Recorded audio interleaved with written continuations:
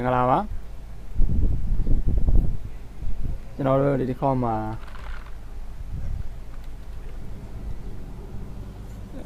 နော်ဒီပုံလေးကိုပေါ့နော်ဒီဘက်ကပုံပေါ့ဒီကောင်လေးကိုကျွန်တော်တို့ကဒီလိုပလာကြီးနေတယ်ပေါ့နော်အဲ့ဒါလို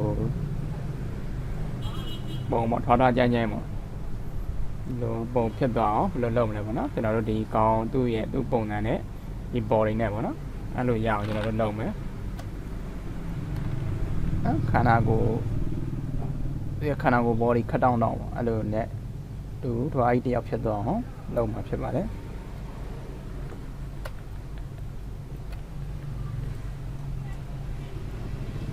အဲ့လိုလုပ်ဖို့အတွက်ကျွန်တော်ပထမဆုံးအနေနဲ့ပုံနှစ်ပုံလုံးကျွန်တော်တို့ကရှင်းဖွင့်ထားတယ်ပေါ့နော်အဲ့ပြီးတော့ဒီဘက်ကဒီကောင်လေးရဲ့မျက်နှာအောင်ဟိုနော်ကျွန်တော်တို့ဒီတံပေါ့နော်ဒီမျက်နှာကိုပဲဆက်လက်မှတ်အဲ့လိုမှတ်ဖို့အတွက်ကျွန်တော်တို့ဒီဘက်က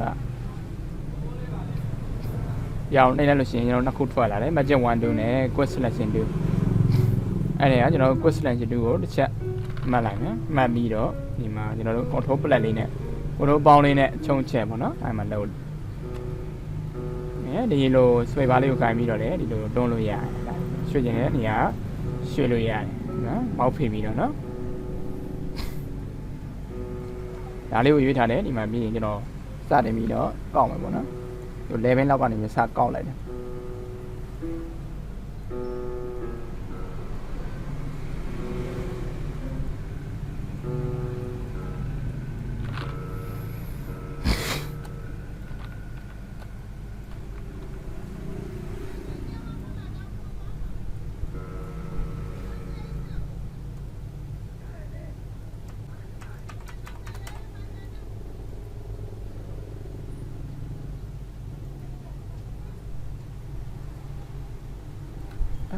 ဒီလိုပုံလေးတွေဒီစပင်လေးတွေကောက်လိုက်တယ်ရပြီဆိုရင်ကျွန်တော်တို့ဒီထက်က slash နော်ဒီပုံမှာ slash အဲ့ထဲမှာ slash and နှိပ်လိုက်လေရတယ်ဒါမှမဟုတ် auto control R ကိုနှိပ်လိုက်လေရမင်းကျွန်တော်တစ်ချက်နှိပ်လိုက်တယ်ဟောတော့အဲ့ဒါကိုရွေးလိုက်တာလည်းပြန်တယ်ကျွန်တော်ဆုံးက slash မှတ်ခတ်တာလေးပဲပေါ်လာမယ်ပေါ်လာပြီးကျွန်တော်ကနောက်ကဒီနေရာမှာစပင်သူ့စပင်လေးရှိနေတယ်သူ့စပင်လေးကိုပဲယူမယ်ပေါ့နော်အဲ့မှာကျွန်တော်ဒီ radius ဆိုတဲ့နေရာမှာ9ပေးထားလိုက်ဒီ smart radius ကို on ပေးထားလိုက်ပြီးရင်ဒီမှာ refine ဒါလေးက refine at brush 2ပေါ့နော်အဲ့မှာကျွန်တော်တို့အားလေးကိုရွေးပြီးတော့ဒီစပင်နေရာလေးကိုပဲချက်ပို့လိုက်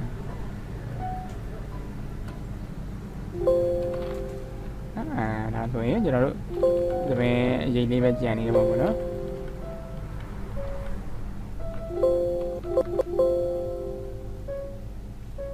ဟောနော်ဒီပင်လေးပဲ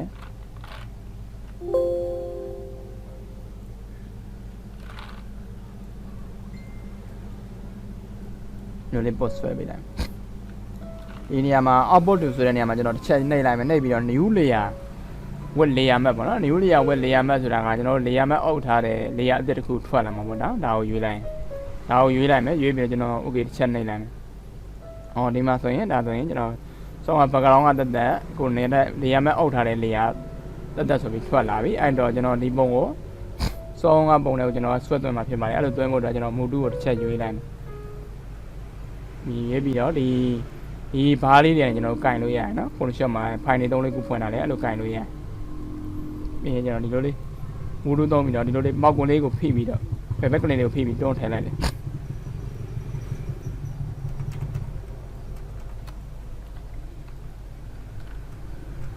ပြီးရင်ဒီနေရာကိုမှတ်ထားမယ်မှတ်ပြီးတော့ control T တစ်ချက်နှိပ်တယ်နှိပ်ပြီးတော့ကျုံလိုက်တယ်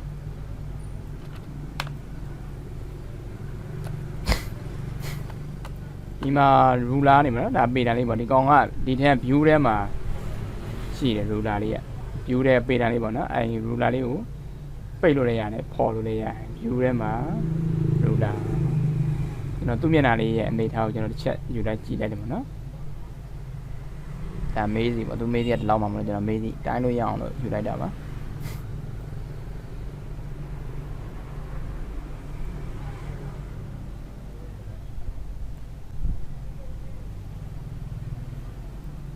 ဒီပုံလေးကိုControl D လေးနဲ့ကျွန်တော်ချဲ့လိုက်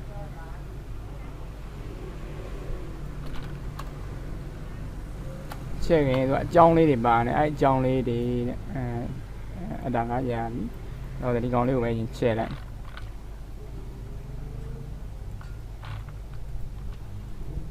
အဲ့ဒါကိုလိုက်သွားလေးညီတော့ပေါ့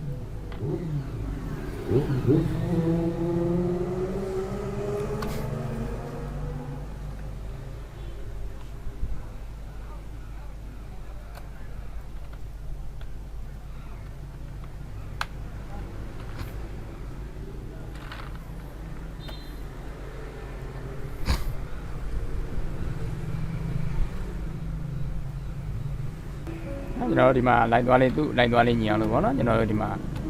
ချိန်လိုက်ပေါ့နော်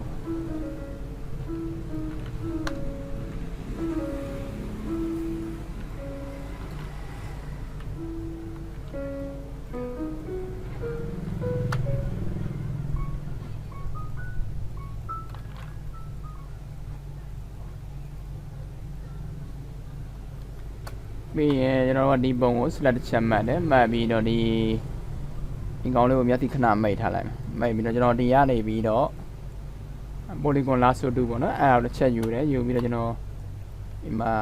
တစ်ချက်ချင်းတွေထောက်ပြီးတော့မှတ်သွားလိုက်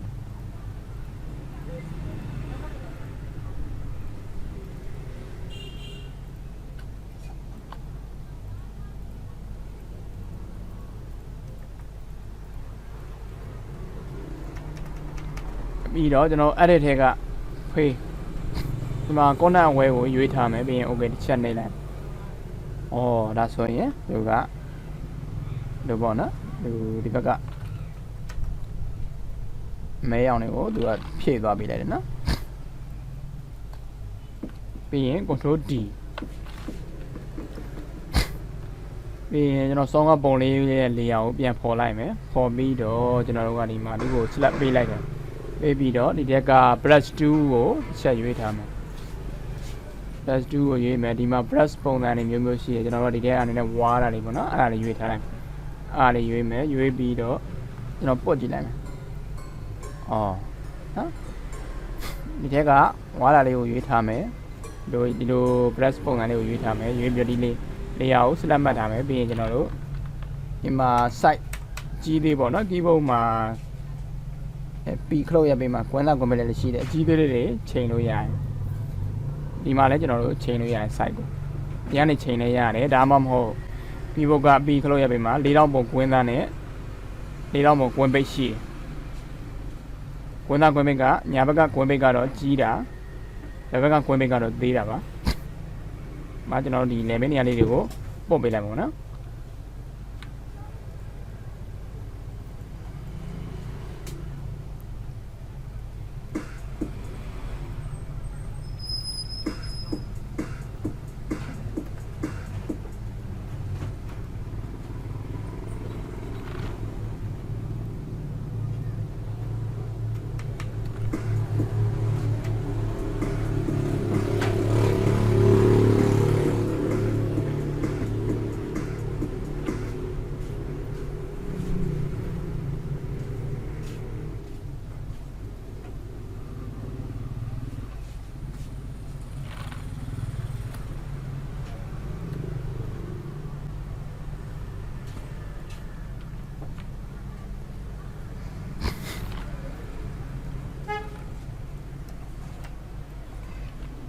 ဒီကဒီဝါးလေးကိုသုံးအောင်မနော်ဒီလို spread ပုံစံကိုပေါ့နော်ရွေးထားမယ်ရွေးထားပြီးတော့ဒီလို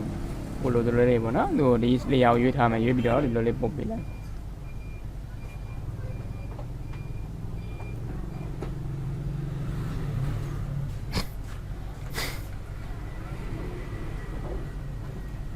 ရရင်ပြီးဆိုရင်ကျွန်တော်ဒီ ruler ရဲ့ပေးလမ်းလေးတွေကို guideline လေးကိုကျွန်တော်တစ်ချက်ပြန်သိမ်းလိုက်နော်မူတူလေးသုံးပြီးတော့ဒီလိုလေးအလဲမှာဒါမျိုးလေးပေါ်လာရင်သိမ်းလို့ရပြီ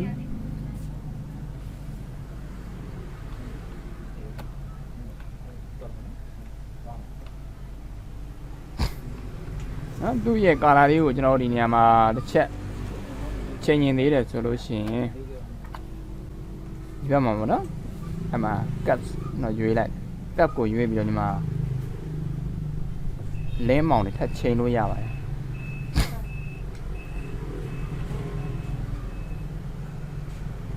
အဲ့လင်းမောင်တွေကိုချိန်ပြီးတော့ဒီကောင်ကသူကဒါပုံတစ်ပုံလုံးပေါ်မှာတက်ရောက်သွားတာပေါ့နော်ဒါမှမဟုတ်ကျွန်တော်တို့ကပုံတစ်ပုံလုံးပေါ်မှာမဖြစ်ချင်ဘူးဒီမျက်နှာလေးကိုပဲဖြစ်ချင်တယ်အဲ့ဒါဆိုရင်ဒီလေယာဉ်ပေါ်မှာဒီကောင်လေးရရှိတယ်ဆိုရင် order လေးဖိထားမယ်ဒီလိုမြားကောင်းလေးပေါ်လာပြီဆိုရင်တစ်ချက်နှိပ်လိုက်ရင်ချက်နှိပ်လိုက်မယ်နော် order လေးဖိထားမယ်ကလစ်တစ်ချက်နှိပ်မယ်ဟောဒါဆိုရင်သူကမျက်နှာကိုပဲတက်ရောက်မှုရှိမှာပါအဲ့မှာဒီမှာနှစ်ချက်နှိပ်ပြီးတော့ကျွန်တော်ထပ်ချိန်လို့ရတယ်ဒီမှာလိုချင်ကိုလိုလိုပေါ့နော်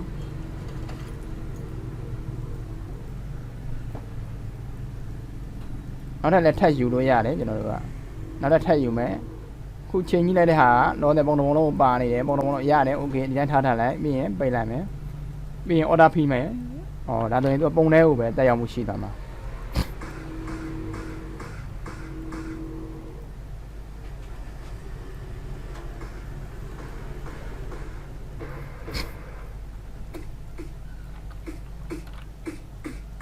ဒီကောင်ကိုကျွန်တော်တို့ဒီမှာ apply လေးလုပ်ပြလိုက်မယ်ချက်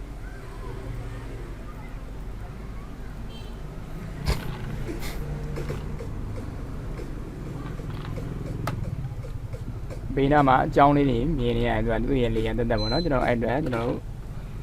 အဲဒီလိုအကြောင်းလေးပေါ့နော်ဒီအကြောင်းလေးဒီမျက်နှာလေးကပါလာတာပါအဲ့မှာကွင်းသားကွန်ပင်နဲ့ဟောဟွာလေးပေါ့နော်၄တောင်ပုံကွင်း၄တောင်ပုံလေးနဲ့ဒီလိုမျိုးလေးဆွဲချပြီးတော့ဖြတ်လိုက်တယ်ပေါ့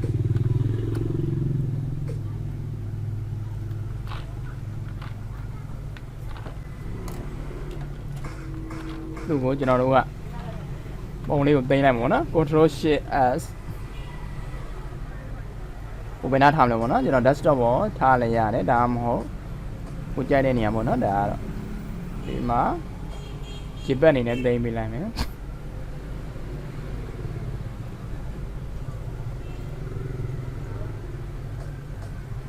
document နဲ့ထည့်ပေးလိုက်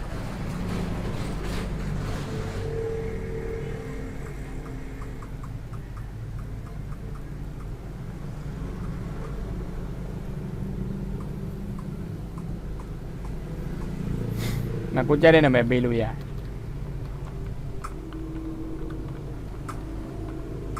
အင်းစိတ်ထားလိုက်ရပါပြီ